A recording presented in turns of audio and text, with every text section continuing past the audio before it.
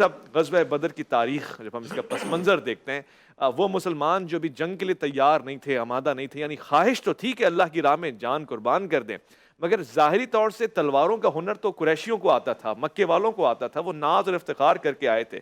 کس چیز نے مطمئن کیا اور فتح کے قریب کر دیا اور فتح مبین سامنے کھڑی تھی؟ بسم اللہ الرحمن الرحیم، نحمدہ و نصلی علی رسولہ الکریم، اما بعد۔ غزوہ بدر کی بہت ساری غیر معمولی اہمیتیں ہیں اور قرآن کریم کو کلاموں میں سے الفرقان کا لقب دیا گیا۔ شخصیتوں میں سے حضرت عمر کو فارق بین الحق والباطل کا لقب ملا۔ غزوات میں سے بدر کو یوم الفرقان اور فرقان کا لقب ملا۔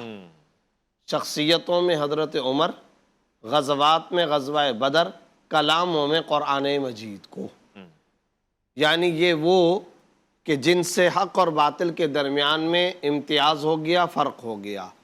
حق و باطل کے معرکے میں اس بدر کے معرکے کے اندر باطل منہ کے بل گرا اور خدا کی ذات نے مسلمانوں کی غیر معمولی مدد و نصرت فرمائی۔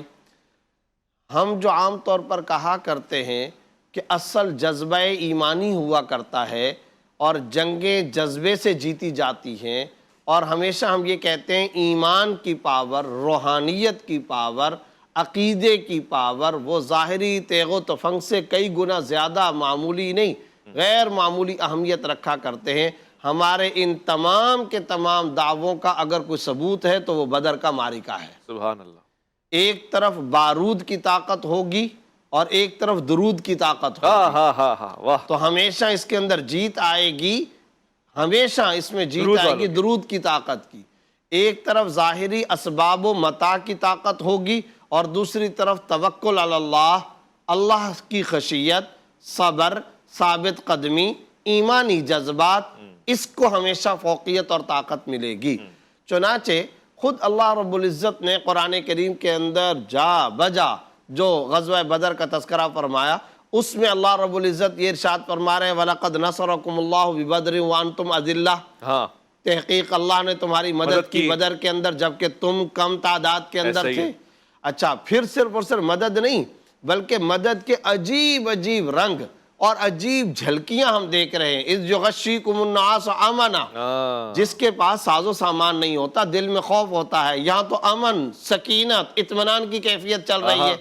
دوسری طرف مدد کی ایسی جھلکیاں، بارش آ رہی ہے، تعداد کم ہے، اس کے باوجود اب اللہ رب العزت فرشتے بھیج رہے ہیں، کبھی آ رہا ہے بلا ان تصویروا تتقوا یاتوکم من فورکم یمددکم ربکم بخمسۃ آلاف، کہیں آ رہا ہے بثلاثۃ آلاف، 3000 فرشتے، 5000 فرشتے۔ بلکہ ایک مفسر نے تو بڑی عجیب بات کہی کہ اللہ رب العزت پہلے تو یہ ارشاد فرما رہے کہ فرشتے بھیجوں گا، اور فرشتے 3000، فرشتے 5000، پھر اللہ رب العزت ان بدری صحابہ کرام اور نبی کی اداؤں سے اتنے خوش ہوئے، اتنے مسرور ہوئے، اتنی رضا کا اظہار فرمایا فرشتوں کی بات بھی نہیں، تم تو لڑ ہی نہیں رہے تھے، میں لڑ رہا تھا۔ اللہ نے اپنے آپ کی طرف منسوب کر دیا، فَلَمْ تَقْتُلُوهُمْ وَلَكِنَّ اللَّهَ قَتَلَهُمْ، تم تو مار ہی نہیں رہے تھے، اللہ قتل کر رہا تھا۔ وَمَا رَمَيْتَ إِذْ رَمَيْتَ وَلَكِنَّ اللَّهَ رَمَى، تم تو تیر پھینک ہی نہیں رہے تھے، تمہاری طرف سے کنکر تیر یہ پھینکے جا ہی نہیں رہے، اللہ تعالیٰ تیر پھینک رہا تھا۔ کیا بات ہے، یعنی آپ اندازہ لگائیں یہ واحد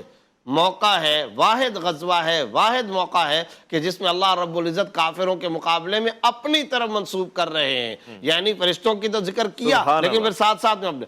اب یہاں ایک سوال پیدا ہونا چاہیے اور پیدا ہوتا ہے ناظرین و سامعین اور سب کے ذہنوں میں، وہ اسباب کیا تھے جس میں اللہ نے ایسی غیر معمولی مدد فرما دی؟ کیا وجہ تھی کہ اللہ رب العزت اتنے راضی ہوئے اور آج بھی خدا اسی پاور کے ساتھ موجود ہے، وہاں اطمینان بھی دے رہا، فتح بھی دے رہا، وہاں پر سکون بھی آ رہا، نیند بھی آ رہی ہے، بادلوں کو حکم دیا جا رہا ہے بارش برسا دو، وہ بھی ہو رہا ہے، فرشتے بھی اتر رہے ہیں، تعداد بھی ہزاروں میں آ رہی ہے، پھر اللہ تعالیٰ خود اپنی مدد کا باقاعدہ بانگ دہل اعلان فرما رہے۔ تو یہ سب کا سب مدد و نصرت کا غیر معمولی مظاہرہ پیش آیا۔